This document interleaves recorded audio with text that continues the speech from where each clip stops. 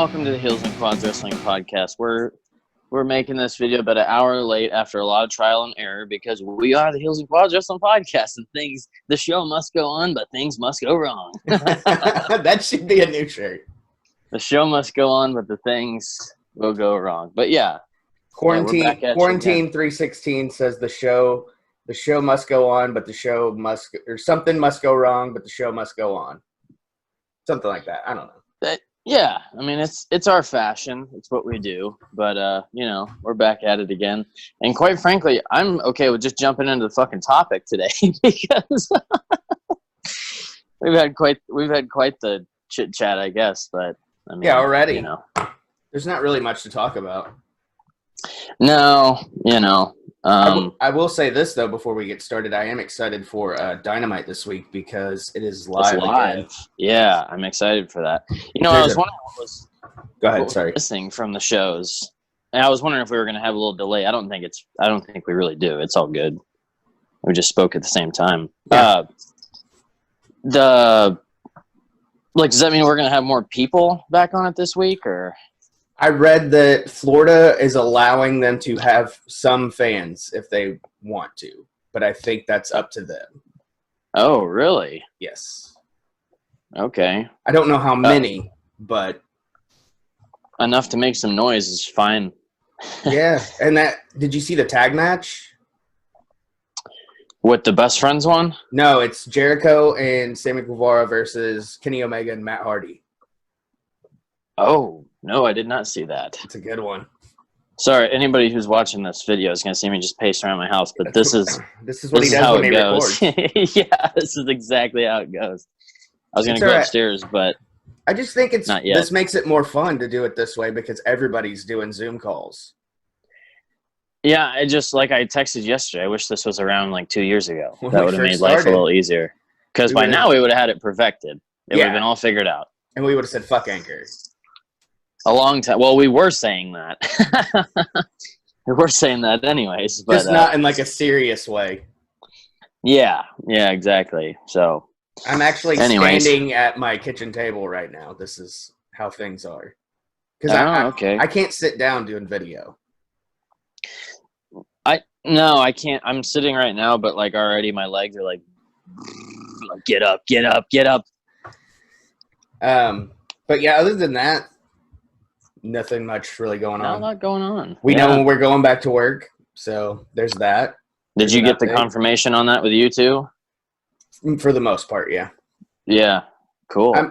Well, with it being May 11th or 12th or whatever it is, with my birthday being the 13th, I think I'm going to wait just so I can enjoy my birthday. Have a B-day, yeah. I haven't had one in years, so it'd be nice. Yeah. On the actual day, anyways. It's always the weekend before, the weekend after. Yours is the next week. I'm always. I just can't. I think mine's on a Monday, so I think that worked out okay.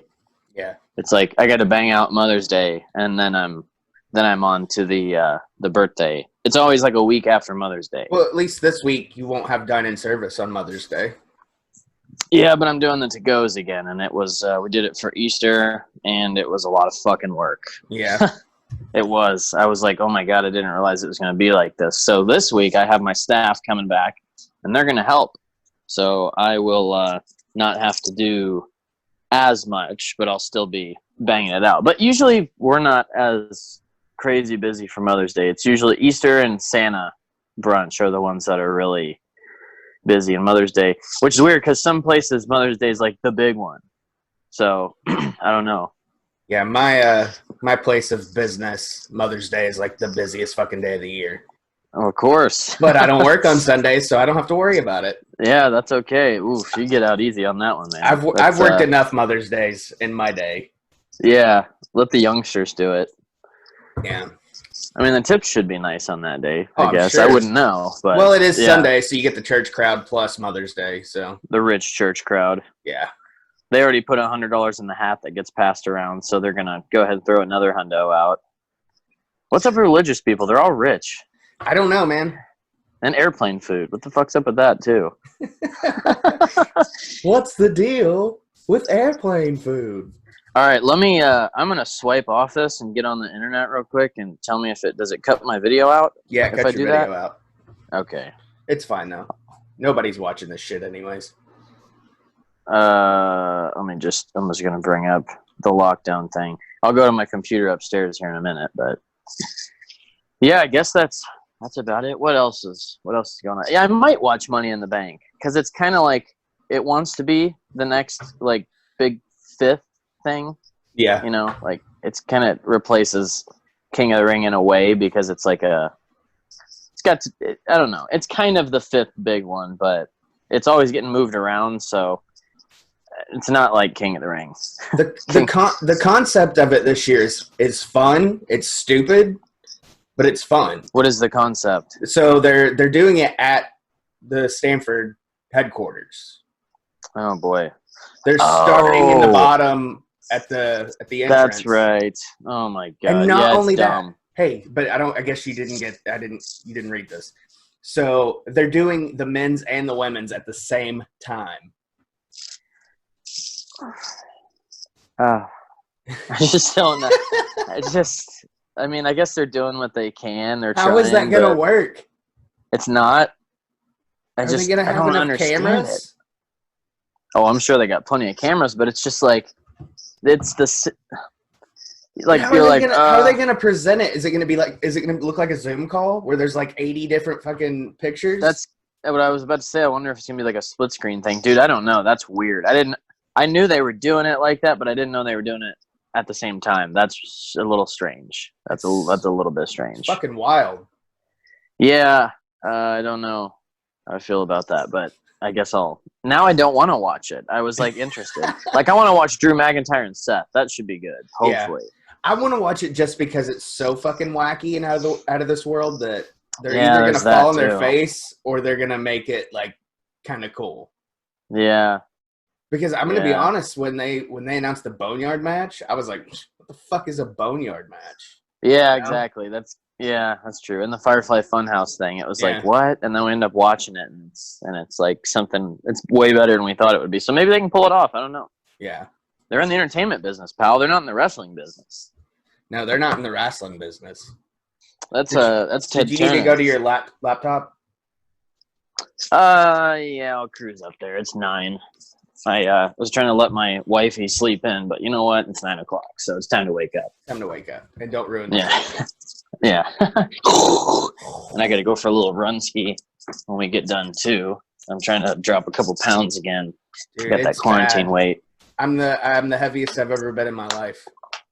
Are you really? Yeah. No way. Yeah. Well, good. Damn. Okay. I didn't know that. I gotta change. I gotta turn it around the next week. You know the fucking drill, pal. No carbs and sugar. Yeah. Makes it pretty easy there. I gotta go. I've been doing my 2 miles. I gotta go back. No more beer. That's it. White Claw, brother. White Claw. There you go, dude. Ugh. You gotta do it, man. Nope. I'm on that claw. I got that mango claw the other day. It's pretty good. All right. So now we shall talk about it. So we're pull my not here all day. Real quick. We went ahead and we had the poll up last week for the lockdowns. You ended up voting for 2009. And so we went ahead and decided we're going to do 2013 this week as well. My little wrestler collection on the wall back there. Well, we did it because that's the one we both voted for. It came in second place. It was leading most of the time. And then the last minute 09 one. We talked about that last week. But it's like, fuck, why not? Even though this actually happened in a March instead of a May, or April or whenever. Yeah, this was the first year they did it in March, and it's also the first year that they did matches, not all matches in a cage. Yeah. I had another little plan for this too. I was gonna tell the Meltzer star ratings on this one as well. Oh. I found a little website that has that on the dark web. It's a little deeper than the dark web. Like it's way deep. It's like the double deep, like double drop D. It's parts unknown. Yes, there you go. The parts unknown web. So anyways, TNA was still a company at this time.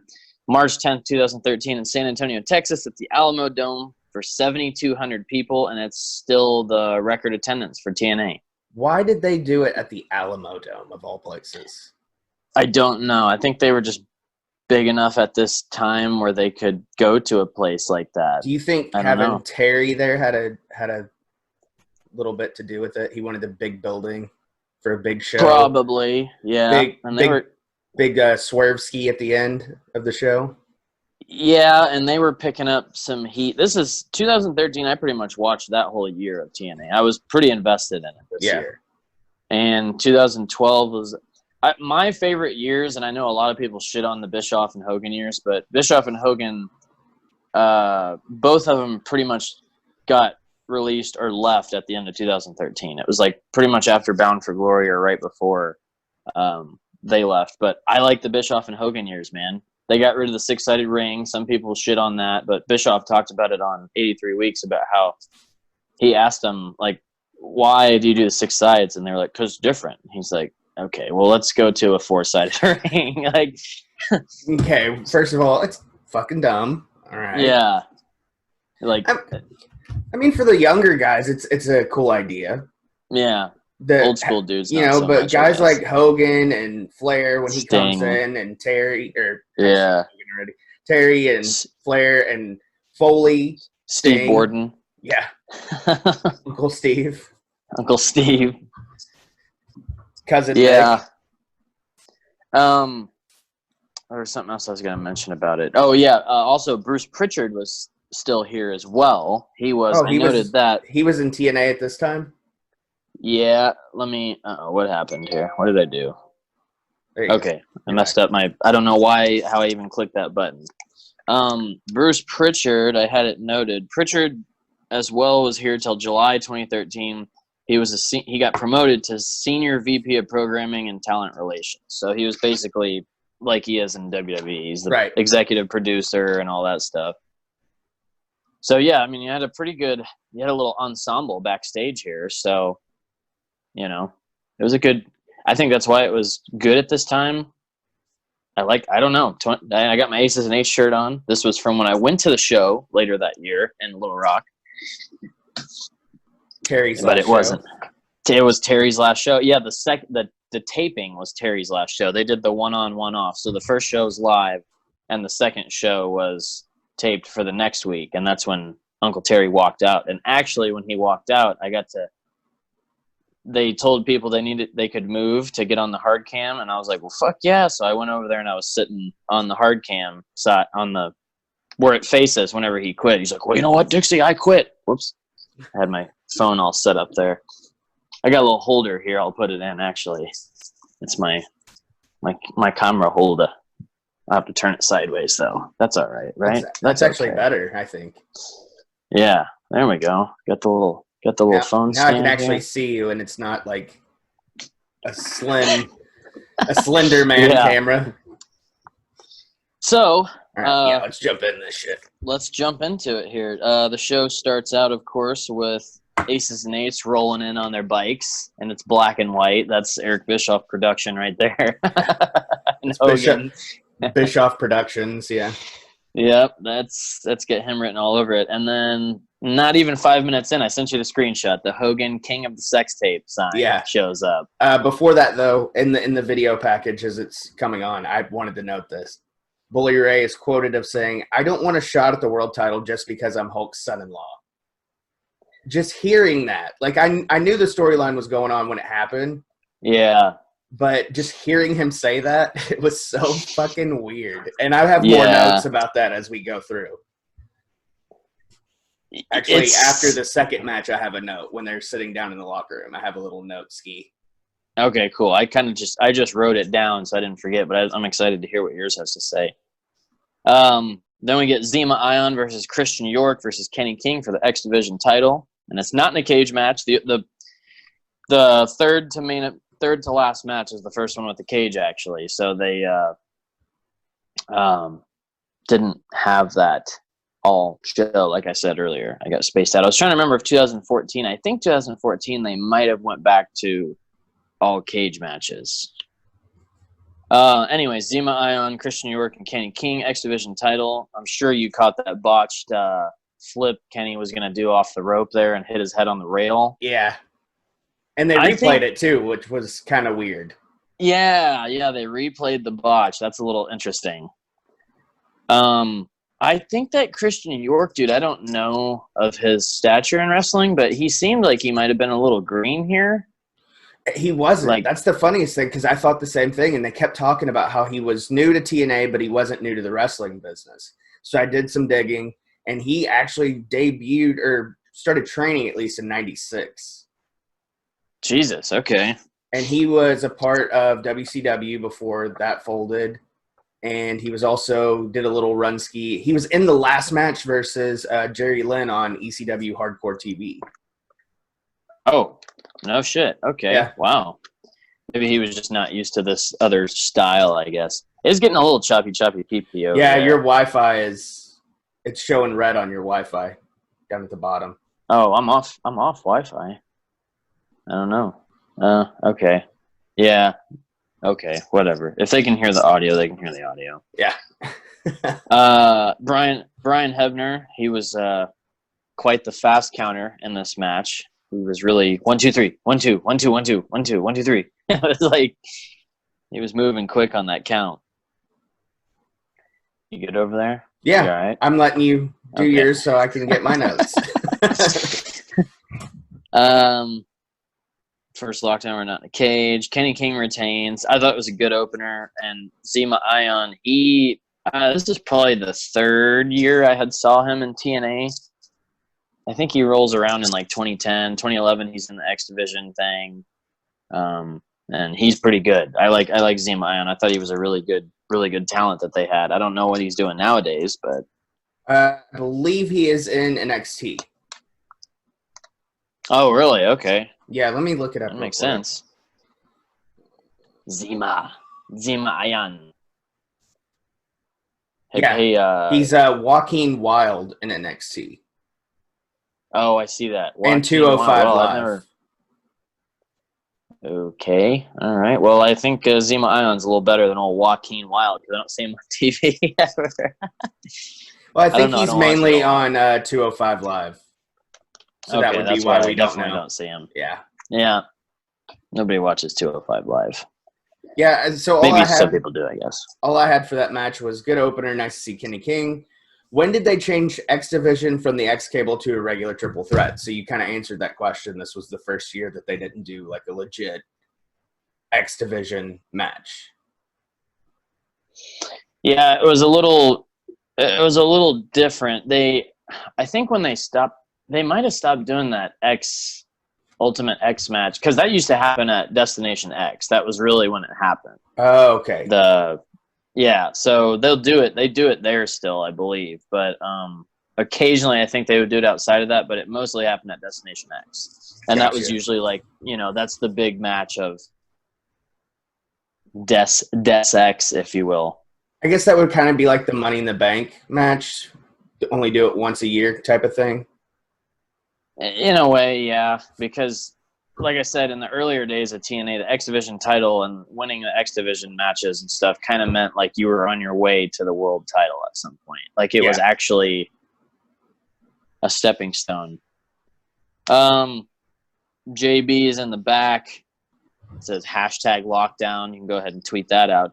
With Joseph Park, Kaz and Christopher Daniels come back there, and they were on fire on that promo, dude. They were busting that one out. The boys. SoCal. Yeah? Okay. I'm letting you go, man. All right. And then we get old Joey Ryan and Joseph Park, the king of sleaze, versus Joseph Park, who is, obviously it's Abyss without a mask, and he acts like he doesn't know how to wrestle or something, and it's a little comedy gimmick, I guess. They did that for a few years too long, but then they brought back Abyss. He's an agent in WWE now, I think, right? Yeah. He's actually one of the only ones that didn't get furloughed. So Vince must think pretty highly of him.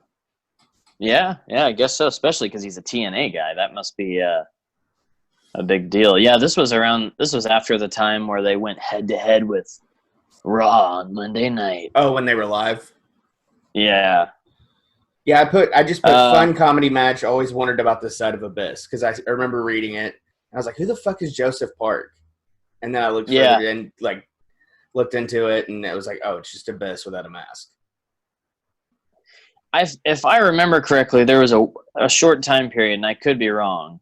There might be some TNA marks out there that'll get mad about it, but I feel like there was a time period where Abyss and Joseph Park were on TV doing like separate things. Yeah, I remember reading that.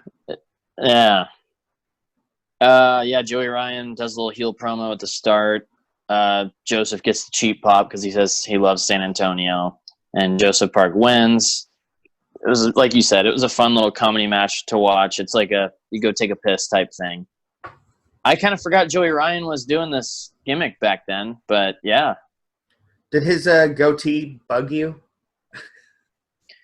I was staring at it a lot. I'll tell you that. It didn't. I don't know if it bugged me, but I stared at it a lot. I was definitely interested. The way his mustache didn't connect, he had like that old like French, twirly bod. Yeah. And I was like, I like the full beard. Yeah.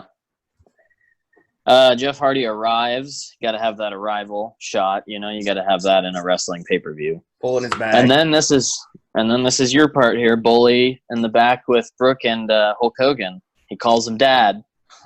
There was my note. There was, yeah. Dude, I went like this. I was like, ooh. Yeah.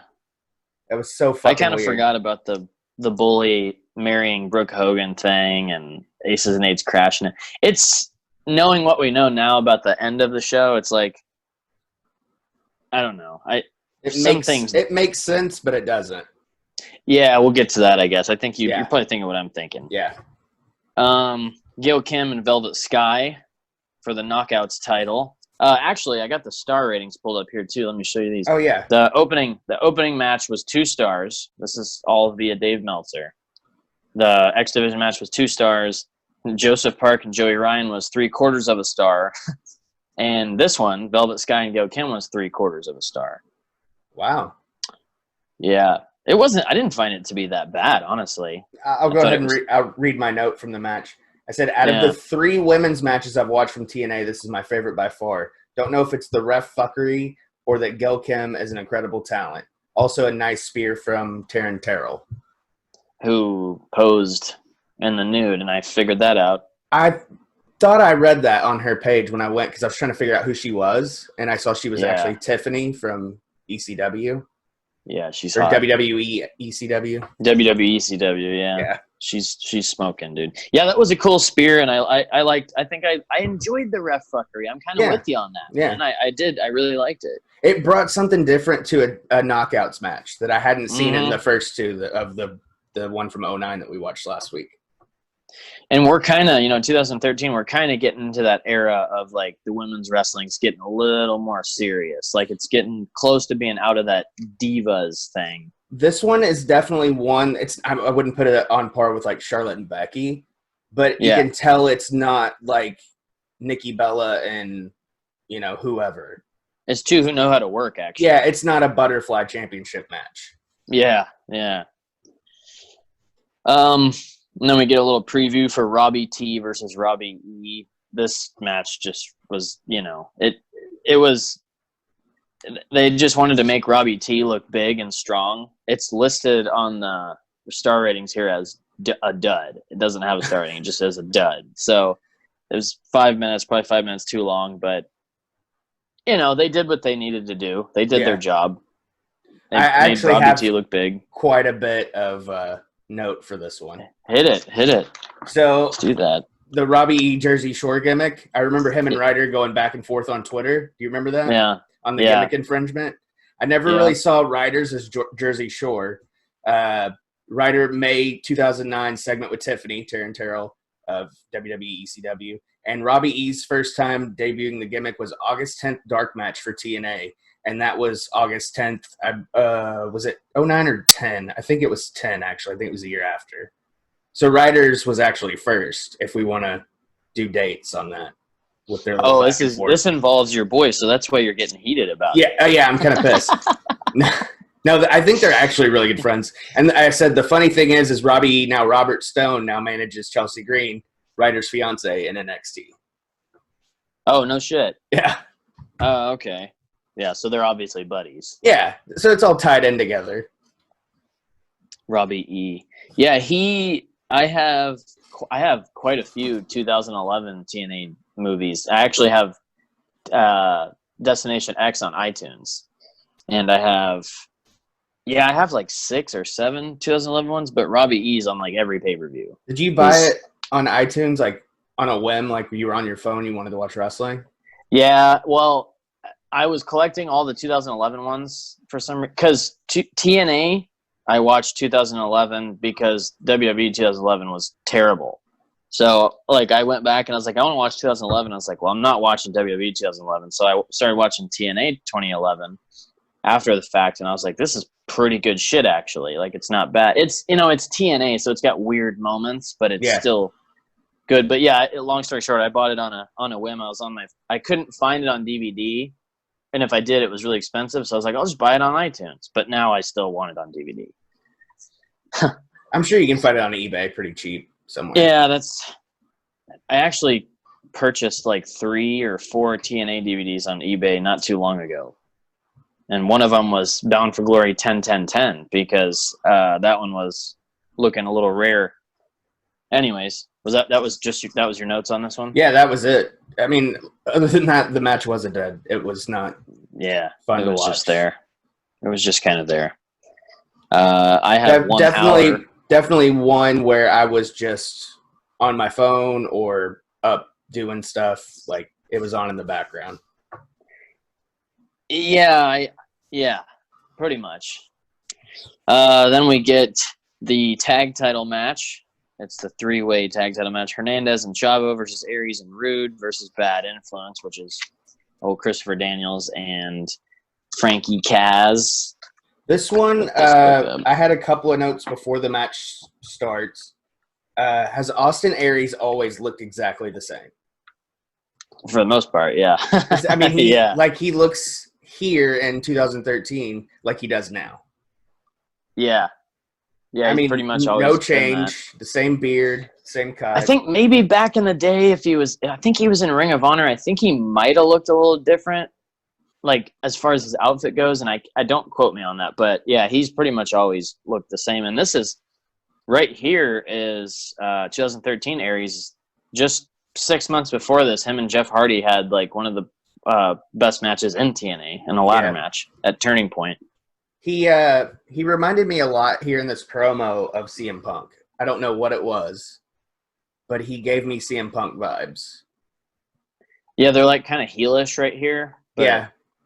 It wasn't necessarily like what he was saying. It was how he was presenting it and like his facial expressions and just something in his eyes when he was talking. It just had that CM Punk vibe to me.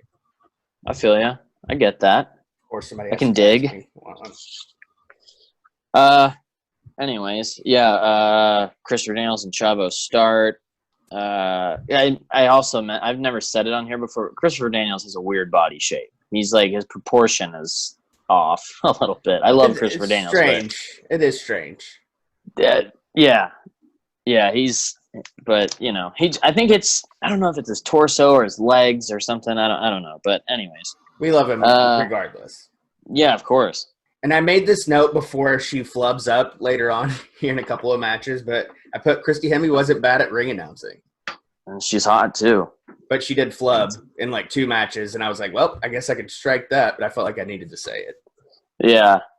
Yeah, I was really excited whenever she had her magazine shoot.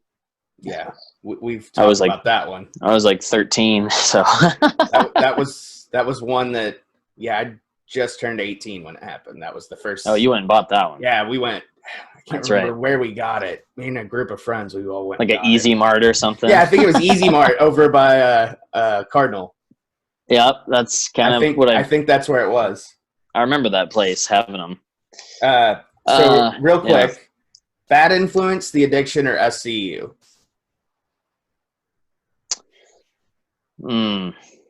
I probably bad influence. I'm just like SCU is super over, and they probably sold more merch than both of the others combined. But I'm just, you know how I feel about that, and I'm just a little annoyed by it. It's the fucked up thing is I'm starting to get there. I don't know if yeah, it's the way you presented it because you had a really good, little topic or a way of bringing it up that shed new light on it to me. But yeah, I'm like, yeah. now when they're on TV or on BTE, I'm just kind of like, okay, I get it. Yeah, I think what really killed it for me is being at StarCast and all the fat, sweaty wrestling fans just screaming SCU over and over again. And I was like, I'm done. I'm done with it. I don't want this gimmick anymore. I fucking hate it. It took me a little longer than that, but yeah. No, I was gonna say the Addiction, and that's just because that's what I knew him as before SCU, because I watched Ring of Honor. Kind of when we were first starting this, they were still the Addiction. So yeah, you got 3 different companies right there. I noted also that I think these 3 or 4 tag team matches are usually hard to make amazing. Not to say they don't exist; it's just less likely. But this one was an exception. Meltzer gave it 3 1/4 star. I was gonna say this has got to be at least close to 4 because I thought it was a fucking great match. Yeah, it was really good, man. And it's a ring full of talent. And I was kind of starting to think while I was watching it too. I was like, I wonder if Chavo's with Hernandez because he's maybe a little green or something. But he's been around for a while, so I think they just put them together because they're Hispanic. Yeah, and I think having that them in San Antonio. Yeah, I think that that helped. That why the fuck is everybody bothering me right now? So like I'm getting notifications too. My mom texted me twice, and then now I'm getting fucking spam calls. So I'm just gonna. Well, I can't flip my phone over because my notes are on there. Fuck. The only thing I noted about Hernandez is how many times does he hit that double clothesline? Like, can you find something else to do? Yeah. Yeah, he's not the best in ring, but he's a good. I don't know, like he's not bad. He's just okay. Yeah, and in the 2011 and 2012 stuff I have, he's in a lot of fairly high profile matches, and he's good. Yeah. I think it was just here. I think he might have been a little outshined by all the other star power in the ring. Like that's everybody. Big... And even like me coming in watching this new, I've never seen it before. So I'm watching, Kazarian and Christopher Daniels. I'm watching Chavo because I grew up watching him. And I'm watching, Bobby Roode and Austin Aries because I know those guys so well from, obviously their time in the Fed and Austin Aries everywhere. But like Hernandez is a name that I know. And I saw him last week when we watched 09. Yeah. But I don't know him well enough to give a shit about his work. Yeah. So I feel like I would be unfair to even say that he's not great because I don't know really. I haven't seen enough of his shit. I can attest that Austin Aries is a classy guy because when we were at StarCast, his meet and greet ended, and I just walked in there and started talking to him. Super fucking cool guy. Yeah, and I actually I said, "Hey man, I just wanted to come shake your hand, and say what's up." And I was like, "I saw you at a TNA show in September 2013. You faced Kenny King, and he was bleeding." And he proceeded to just tell everybody about the whole match and how it went. Like he remembered everything and was just real cool dude. And I was like, and then he stands up and I'm like, oh fuck, we're like the same size, man. That's even better. Yeah. I was turning around to walk out and that story absolutely happened because I was there and I turned around because I hear Levi talking. I'm like, what the fuck? And I'm like, oh, he just walked up to him. I was so proud of you because you were. I was a little fed up, I think, with not getting our time. So yeah, I think that was right after that happened, wasn't it? Yeah, it was definitely. Yeah. That was probably before the day of All In, or it was Friday or something. I don't remember, but yeah, I thought that was really cool that he just kind of he wasn't like, you don't got a fucking ticket, get out. He probably saw your badge. Honestly, my badge. Oh yeah, that's true. Yeah, or he's just a nice guy. Or that too, yeah. He seemed pretty cool. I would like to see Austin Aries when he retires be an agent or even because he's good on commentary too. Yeah. he's a really good talent, and I don't like the fact that WWE misused him because he was a main eventer in TNA. He was an X Division guy. He was a tag team guy. If you can think of it, he did it in TNA, man. And Austin Aries is great. And there was a time period where I could probably say he was in my top 10 favorite wrestlers, and it was during a time where I was watching a lot of TNA. I really like Austin.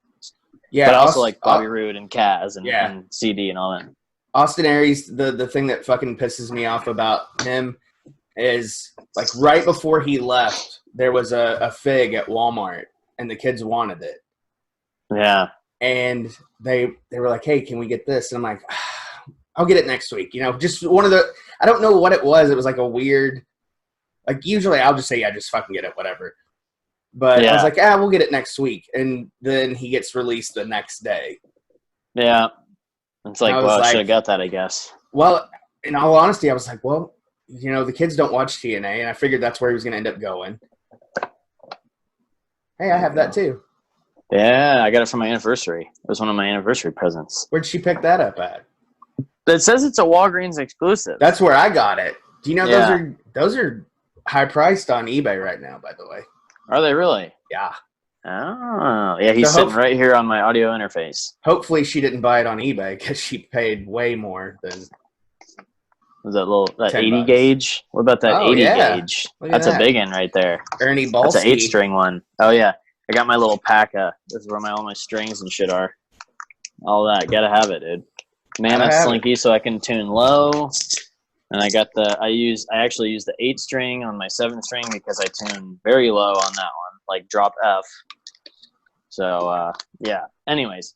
Yeah, Austin Aries and Bobby Roode retain the tag titles. That is after Chavo gets the San Antonio, gets the pop. He gets the frog splash for Eddie, puts his finger up, and he hits it on Christopher Daniels. But as he's going down, Bobby Roode tags him and becomes legal, and then Roode steals the win for the Aries. Aries or Roode gets the pin while the other one guards. Yeah. So they keep the belts on them. I kind of forgot about their run as tag champs, actually. But they worked so well together as a team. Yeah. I really preferred this team over Beer Money. Yeah, because it's – yeah. I mean, and I know like hardcore TNA fans will probably be like, oh, well, you didn't watch it. And that's probably exactly why I prefer it this way. I don't know. Yeah. Just Bobby Roode with long hair to me, I can't. He looks so much more normal with short hair. I don't know what it is, but I'm with you on that. Backstage is Taryn Terrell talking with old Jeremy Borash and gets attacked by Gail Kim. And that's that. Gail Kim, it's hard to look at her a certain way now because she's married to Robert Irvine, the chef dude. Yeah. And I saw a picture online of something I really didn't like. It just kind of scarred me. I can tell you off air sometime. But I was like, oh. I just thought about him. Then the cage begins to get set up, and Aces and Eights is talking about what they're going to do, blah, blah, blah. This is one of my favorite cages. I really like this cage. I had a note when Aces and Eights were talking in the back. They're all sitting, you know. D'Lo Brown's giving them the rundown. Pre-Bullet Club by a couple of months. You're looking at the real dude now. Pre-Bullet Club by a couple of months. Yesterday was actually Bullet Club Day. Happy Bullet Club Day, everybody. Yeah. D'Lo refers to Aces and Eights as the club. He says, we got to do what's best for the club. And a month and a half later, not even a month and a half later, Bullet Club starts? It's Bullet Club, yeah. Interesting. Yeah, that's very interesting. Because Don Gallows is here. Yeah, and everybody always compares Bullet Club to NWO. And I was like, well, after hearing that, I was like, you got to kind of give Aces and Eights a little rub ski, too. People don't give Aces and Eights what they deserve, man. I don't know what it is. I've always been intrigued by this stable. It's a whole year of it, too, or it's really over a year. It's like it started in late 2012, and it went till – I think they kind of disbanded in, like, 14. I can't remember. But I'd like to do a little more of this run. I'd like to see a little more of this. And unfortunately, these episodes of Impact aren't on the network, I guess, because Viacom owns it or something. Like 09 to there's like, I think it's like 2010 to 2014 is like, it's not on there, I don't think. There's got to be a way to find it, though. Yeah, because I always want to watch the episode I was at, the 2 episodes I was at. I'll find it. Then we get Wes Briscoe and Kurt Angle in the first cage match of the night. And, oh, by the way, the tag match got 3.25 stars. I don't know if I said that or not. Yeah, you did. Wes Briscoe and Kurt Angle, they get the first cage match of the night. And I had to finally look it up. He is Gerald's kid, and he's Jack's nephew. Right. And I guess I just never just looked it up, but I was kind of into Wes Briscoe. He's got a cool look. Yeah, he looks mean, dude, and he's really shredded. Yeah, I remember reading all, because like I've always said, I didn't ever watch TNA, but I always read like the results because I wanted to always know what was going on everywhere. That way, if anybody ever came to a promotion that I watched, then I know who the fuck they were. So when I saw Wes Briscoe's name, I was like, he's got to be Jerry's kid. And sure enough, yeah. Yeah, because nobody else has got that Briscoe. And then maybe it's got the a Briscoe brother, brothers. Right? Yeah, I think he does, yeah. And it's like the Briscoe brothers in Ring of Honor. Like, I've always wondered what their situation is, too. I think I was just scratching the mic. It's all right. But they go on to have a pretty good match. Uncle Dave gave it 3.5 stars. Is that what that says? Yeah, 3.5 stars. This gets the highest rating of the night, probably because Kurt Angle's involved. Yeah. And, I like what Bruce Pritchard always says, but he always says none of these matches are on that level, but he always says if it was in the Tokyo Dome, it would be fucking 7 stars. I think he's right. I think Meltzer's a little biased in that situation. He's got a bone ski for Japan. Big time, dude. Big time. Is Meltzer married? Yeah, I think so, yeah. Is she Asian? No, it's funny. I actually looked up his wife. I'm pretty sure she's all buff like he is, too. Oh, really? I think they work out together. Yeah. And he's coughing all the time. Does he smoke fucking cigarettes or something? He's got that Batista syndrome. Yeah, dude. Hey, did I ever tell you about that, though? I actually looked that up not too long ago, about Batista coughing in the ring. And apparently I guess he wrote it in his book or something. Yeah. That he has asthma. Oh, no shit. Okay. So that's why. Now I feel bad. Now I feel like a fucking How piece big's of his shit. dick? Well, that's the age-old question that we all wonder. Yeah. Yeah.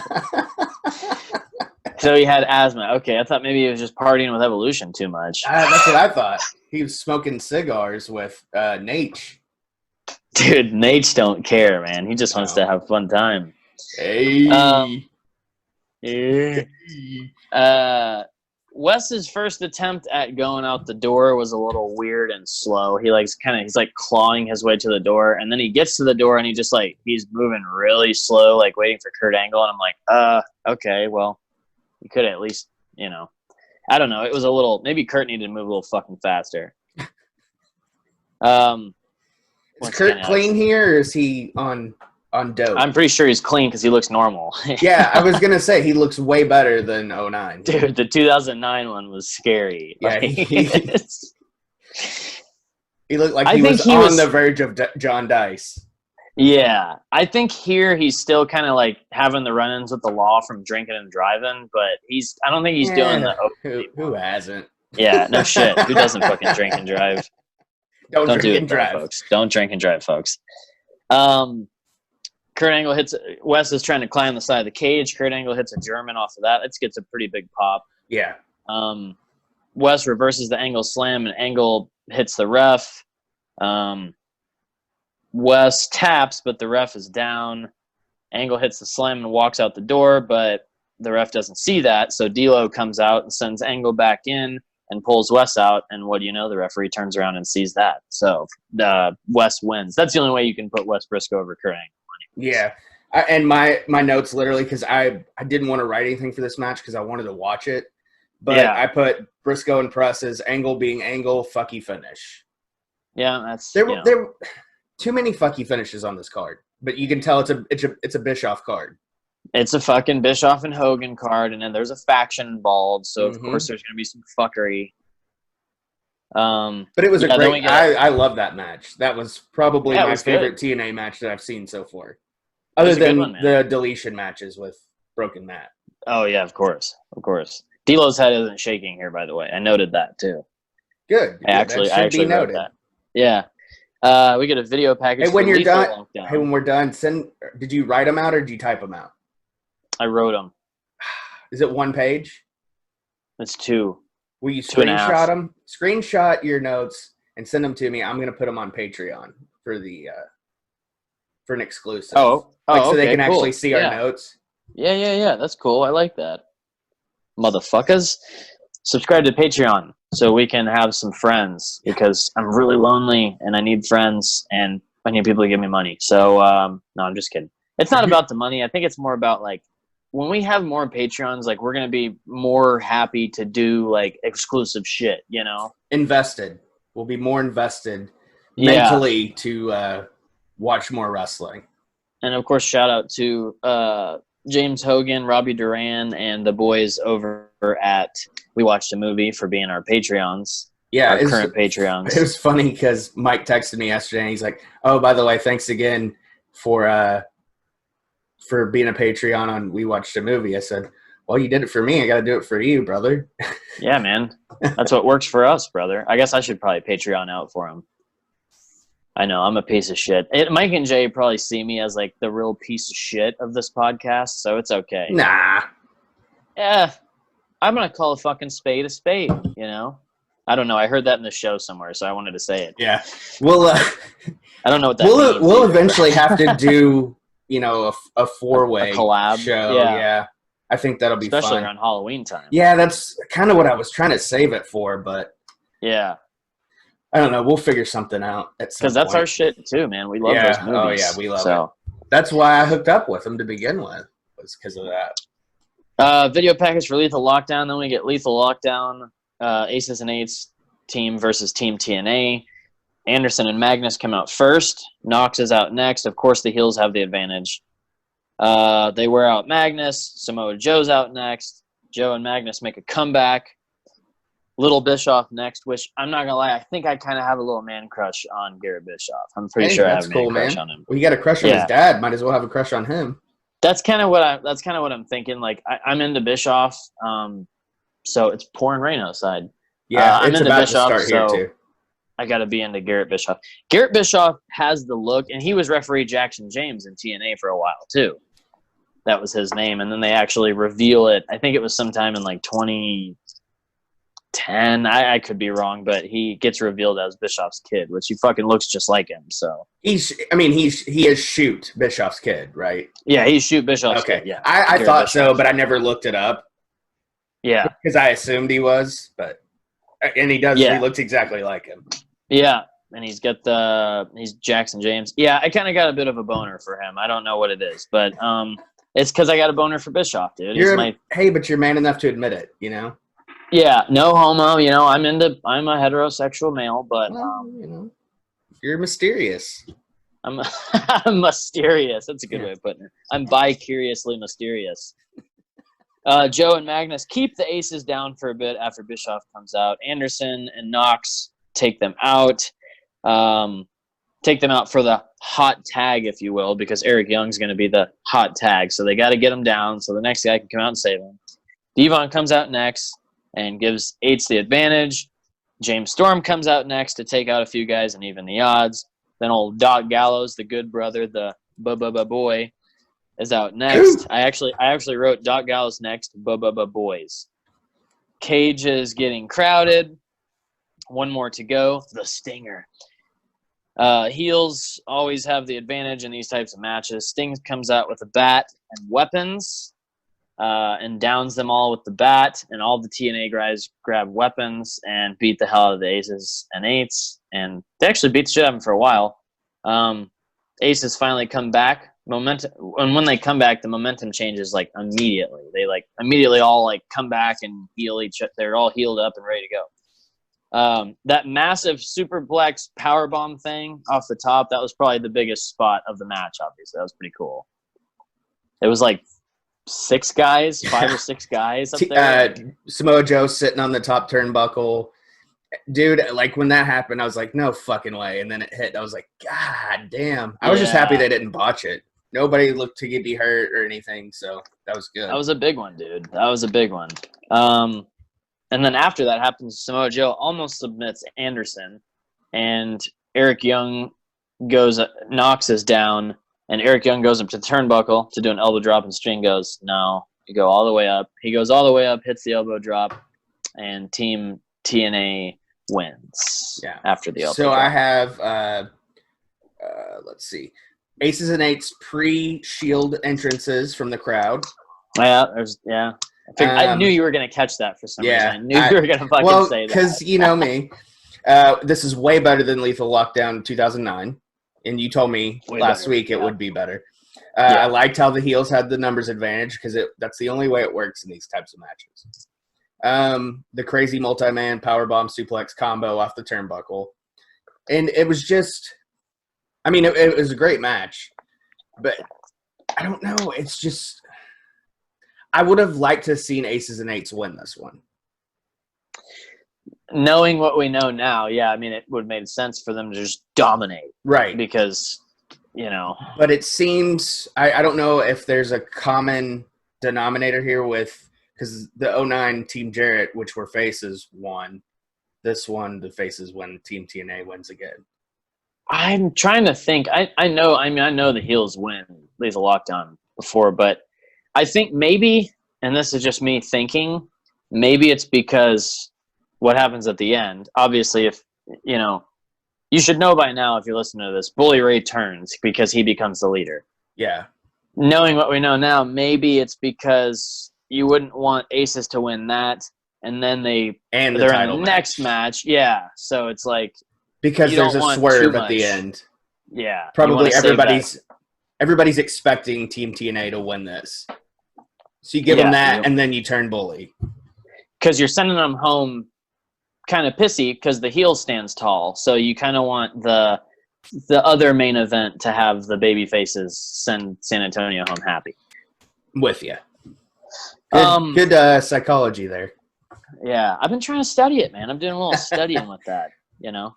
Just trying to get a little more into it here. What did Meltzer gave that as I itch my nose? I'm not picking it, I promise. Actually, you know what? Meltzer gives it 3 1/4 star. So he liked it almost as much as he liked the Kurt Angle one. But if it was in the Tokyo Dome, it would have been 6 stars. It would have been 85 stars. Yeah. And then I noted, too, I said they show the poll next, the Bully Ray 51%, Jeff Hardy 49%. You think that's gimmicked? I mean, I feel like that's got to be okay. Definitely. So is Jeff Hardy a heel here? No. This is a weird babyface thing. Okay, so it's like a WrestleMania 6 without that big of a build-up to it. Yeah, and I think it's babyface versus babyface because he's going to turn anyways. Right. So Jeff Hardy was kind of a heel 2 years before, I guess. That was when he was really a heel. Because in the build-up, it was like, you know, it was kind of like Bully was shocked that he was named the number 1 contender. Yeah. So that kind of helps with the story, it being baby versus baby here. Yeah. Yeah, and like you said, in the video package that happens, and the video packages here are a lot better than they were, I think, in the earlier days of TNA. Like the production in TNA right here is way better, and I think it's just because of the HD. Maybe. Also, did you notice the cuts in certain places of the show? Okay, I had that noted, and I forgot to say it. It was on a couple matches ago. I don't know why, because on my DVDs it doesn't do that.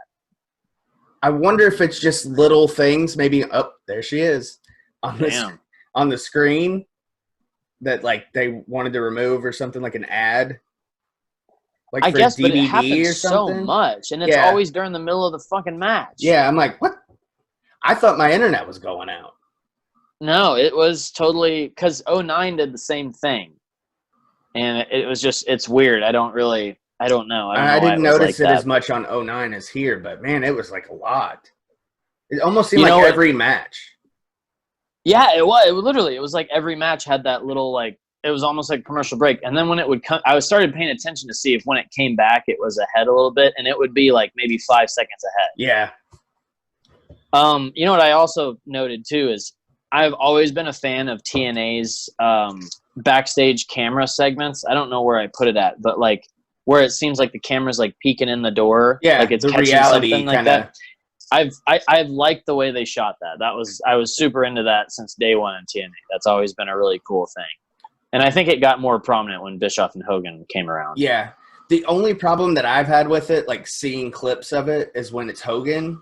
Like if he wasn't, I love Uncle Terry. You guys know that, but I gotta kind of give him a kick to the giblets here. If he wasn't such a shitty actor, they would come off so much better. Yeah, that's true. So that's my one knock on Uncle Terry, and I'm leaving it alone. He's not the best actor. That's true. Like at the end of this match here too, Bully Ray and TNA. What? You son of a bitch! You son of a bitch! Bully's in super great shape here. This is about. I think he gets himself in really good shape, like 2011-ish, 2012-ish.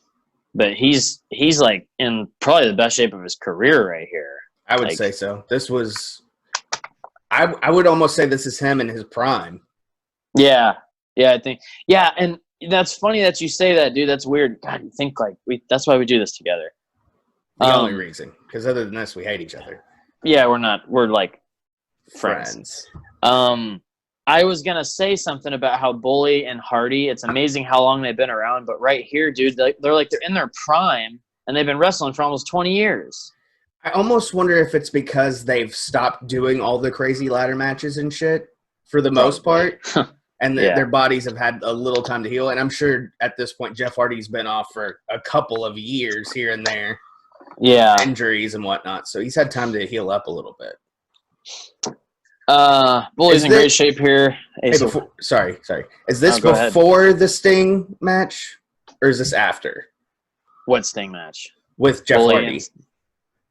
This is after. That was at Victory Road 2011. Okay, so that's... where he's all fucked up? Yeah. So Bischoff was... How long was Bischoff there? Because this is 13. He was there. He got there in like late 2009, I think it was. Shit. And I didn't realize he was there that long. Yeah.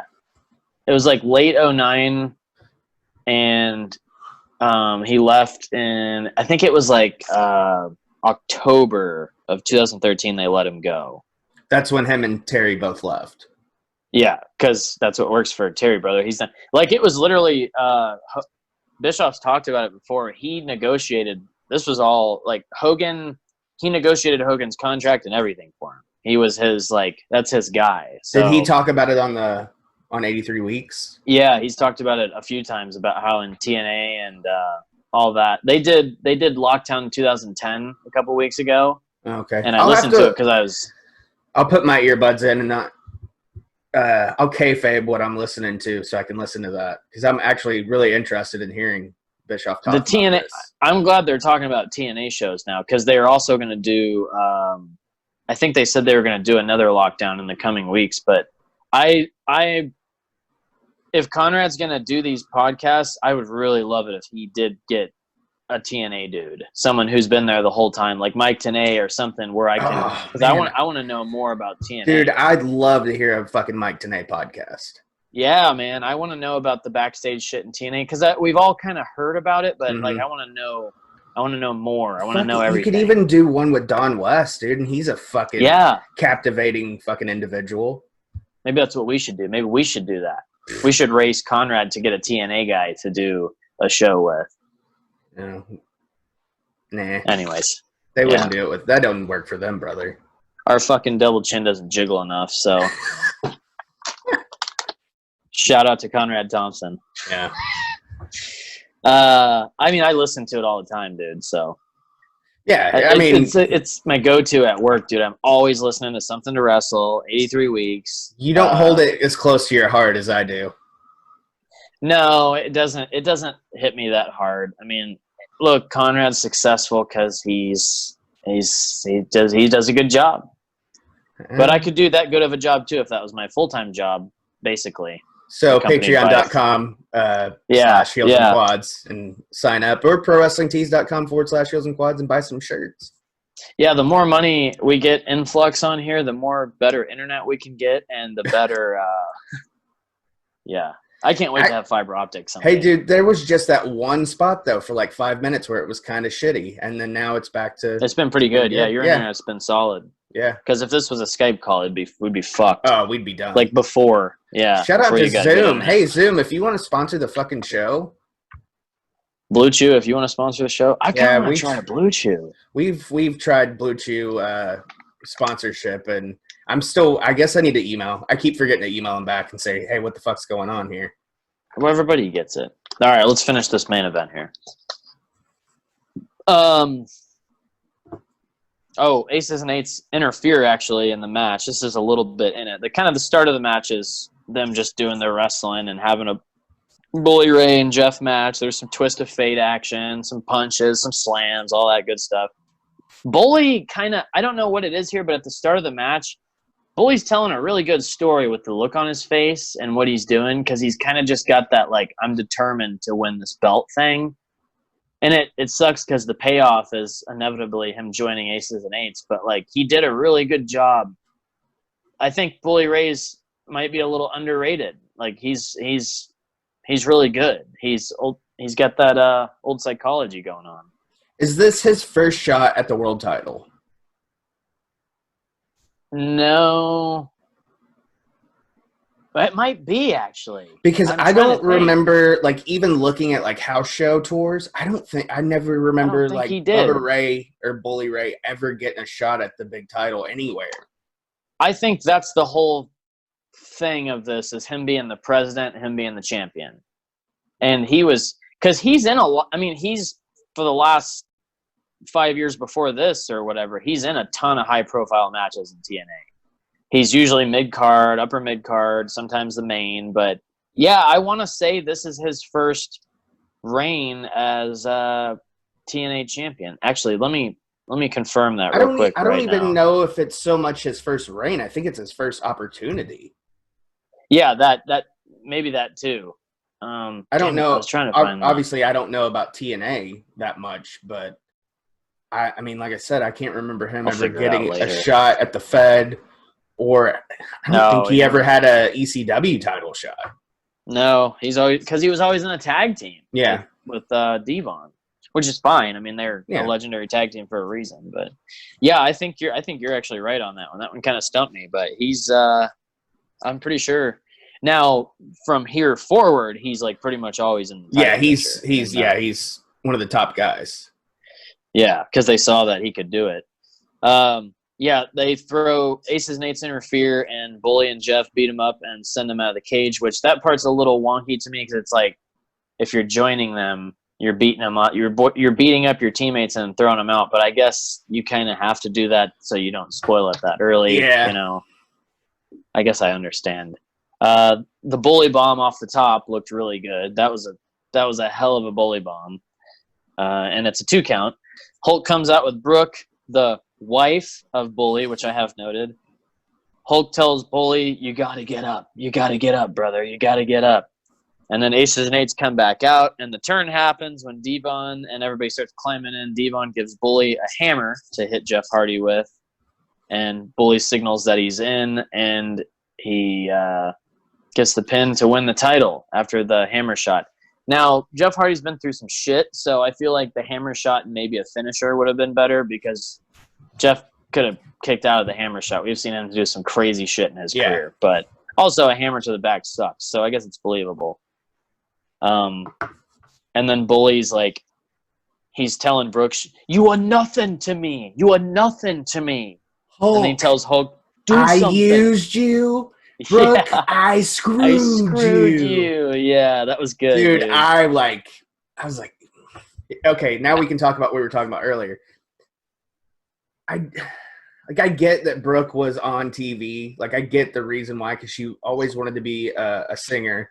And she, I mean, it wasn't bad. Like, she wasn't awful. Like, she wasn't great, but she wasn't terrible at it. I've heard a couple of her, tracks. But it's almost like it's trying too hard to get her into this business, because right away she's thrown in and she marries Bully Ray. And then it's a turn, and then, they're using her as kind of like that damsel in distress, kind of like almost like a Miss Elizabeth type, where she's in between, like she doesn't know, like she should side with her husband probably, or her dad. It's just that kind of weird. I don't know, but I don't think, knowing what I know about wrestling, I get why they did it, but knowing how much wrestling's fucking wonky, but knowing, like, if I had a daughter, I would never like subject her to that, ever. Like if somebody called my daughter a bitch or something, or said that they screwed her or something, like, I'd be so fucking pissed, like legit shoot pissed, that I don't think I could contain myself. Now I know it's Terry and he's a brother, he's the brother of all brothers, but like I don't know. It was just cringy to me. I get it. Yeah, it's weird. It's weird having her around like that, and I see what you're saying. It's got that Miss Elizabeth damsel vibe going on there. But then again, this isn't her first time on wrestling program, because she was involved in the Randy angle in 2006. Yeah, Hogan and Randy. I want to say she's like GM at one point in TNA too. I can't remember if she does some kind of like she's in some. Yeah, exactly. Well, Hogan's like, I need my daughter doing that. That's where she needs to get a paycheck. She needs to be on TV. Hogan Knows Best has been over with for a few years now. Yeah, we need some dough. This match got 3 stars from Meltzer, by the way. Not bad. Yeah. If it was Tokyo Dome, though. This was listed. I was actually, if it was Tokyo Dome. This was listed. I looked up some lists to see if somebody knew something that, to enlighten me on some different matches. Best TNA matches and shit like that, like what's the most recommended. And in the top 20, this one was like number 13, I think. Wow. Yeah, the best match of all in TNA, and I think everybody knows it's at Unbreakable 2005, and it's Samoa Joe versus Christopher Daniels versus AJ Styles. That makes sense. That's I believe it's Christopher Daniels and not Kaz. Let me look at that. Unbreakable 2005. At some point, I want to watch an event that has Generation Me on it. I want to see the Bucks. No, we can do it. Yeah. In that gimmick. AJ, Christopher Daniels, and Samoa Joe for the X Division title. Yeah, it was the main event at Unbreakable. Wow. Yeah, dude. There's actually a Gen Me match on YouTube. And it's them versus Bad Influence, actually. Yeah, I was just kind of saving it. Like, I haven't watched one yet. We do a Patreon. Yeah, we could do that. Let's do that. We do Patreon. Since we're not doing the drink along because nobody wanted to fucking sign up. Of course not. I sat and drank White Claw by myself last night and watched Ozark. I ate a bunch of fucking Popeyes. Oh, man. I made a roast yesterday. It sat in the fucking crock pot all fucking day. I didn't eat till like 10, which is terrible. But I mean, fuck, I'm still in quarantine. 10 at night? Yeah. Like you didn't eat all day until. No, I ate earlier. Like, but Jesus. No, I saved my dinner till late because I wanted to wait till after we did Wham Sports last night. So I allowed myself to have one beer. It was my last beer I had in my fridge, so I wanted to drink it and get it over with before the new week started. And I had one. Well, it was a big Tito's and tonic. And that's all I had last night. So it was good. Just one big Tito's and tonic and a beer? Yeah. That's a different kind of night for you. Well, I was trying to be responsible knowing that we were going to try to live stream this, and I didn't want to be all hungover. Or sleep through my alarm. Yeah, mine went off at 7 because I was like, I'm going to be up and make sure I look all right. I was going to go for a run, but I'm going to wait, I guess, till the rain goes away. I love the rain, though. I love rainy days. That's what I want. You know what's really going to bother me today? Oh, dude. It makes dude, my knees just fucking kill me, though, from injuries and whatnot. Does the storm mess with your knees and shit? My left leg, the one I broke in football, dude, I can tell like 12 hours before it rains that it's going to rain. It just starts fucking throbbing. and then my knees are both blown out, so that fucking sucks. So when it rains or it's cold, I limp around here like a fucking old man.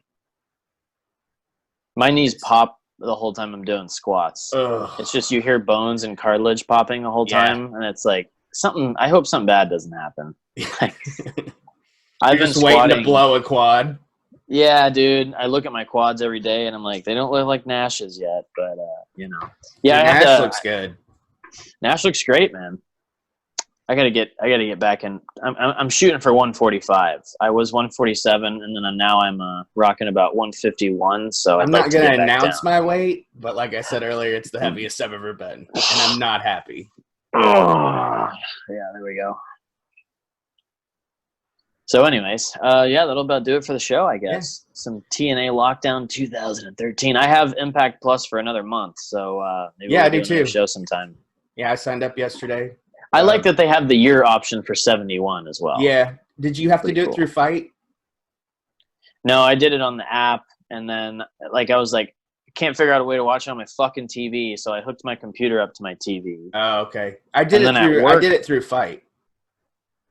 You did it through, and you can do that on your TV then, right? Yeah. Yeah. See, I should have did that. Maybe I'll do it the next time on there. Or maybe I'll just keep it and you can use my login. There we go. Yeah, you can do that too. I mean, it's got a lot of good reminiscent stuff on it. We should do an old TNA show soon too. Yeah, like a NWA pay-per-view or something. Yeah, let's do the Jinmi Bad Influence match on Patreon. We'll do a watch along. Do the YouTube one. Yeah, let's do that sometime this week when you're off for a bonus. Yeah, we could probably just bang it out tomorrow or something, actually. Yeah, let's do it tomorrow. I'll let you know a good time. It'll probably be morning, but I'll let you know a good time. I think I'm going fishing tomorrow. Yeah, morning would be probably best before the kids all wake up and start pay rent. There's my notification for pay rent, notification for Wi-Fi. So there's my... I gotta go pick up a Walmart order. Tommy went and stayed with my sister last night with my nephew because he hasn't been out of the house since this all started. Tommy? Yeah. So he was fucking... I mean, he's rode in the car and stuff, but he's been fucking... He's like, I need to go. Yeah. And my sister's like, hey, I know you guys are worried. I'm like, I'm about to go back to work. So at this point, we're either going to get it or we're fucking not. Yeah. That's how I feel about it at this point. But, so I got to get him, go do my Walmart pickup order, and take my cash out and pay my in-laws for my house. Because I don't want to get behind on that shit. I've got less than a year and I'll have this motherfucker paid off. The house? Yep. Oh, doggy. You know what I'm really worried about right now is my screen time on my phone. Oh, dude, it's so bad. I don't even look at mine. I've been keeping it under 3. I've been keeping it under about 2.5 hours all the time, but this one's going to screw me up because this has been an hour. Yeah. So now I'm all nervous. Yeah. Yeah. At least it was technically, work. Yeah. The Undertaker. Okay, so you got the basic AJ. You've got Undertaker. You got Ravishing Rick Rude. You got an Eddie up there. That is an Eddie. Okay. I was thinking Eddie Guerrero, and then I was like, what is that mummy looking thing? Yeah, it's Eddie. Owen. Iron Maiden guitar picks. Did you get that at the show? No, I think I got that at Guitar Center. Holy shit, there's some hail coming down, dude. Oh, yeah, we had some yesterday. Scott Hole. We have that fig. Dude, I gotta look out the window. Holy shit, man. Dude, fucking hail is crazy. Oh my god.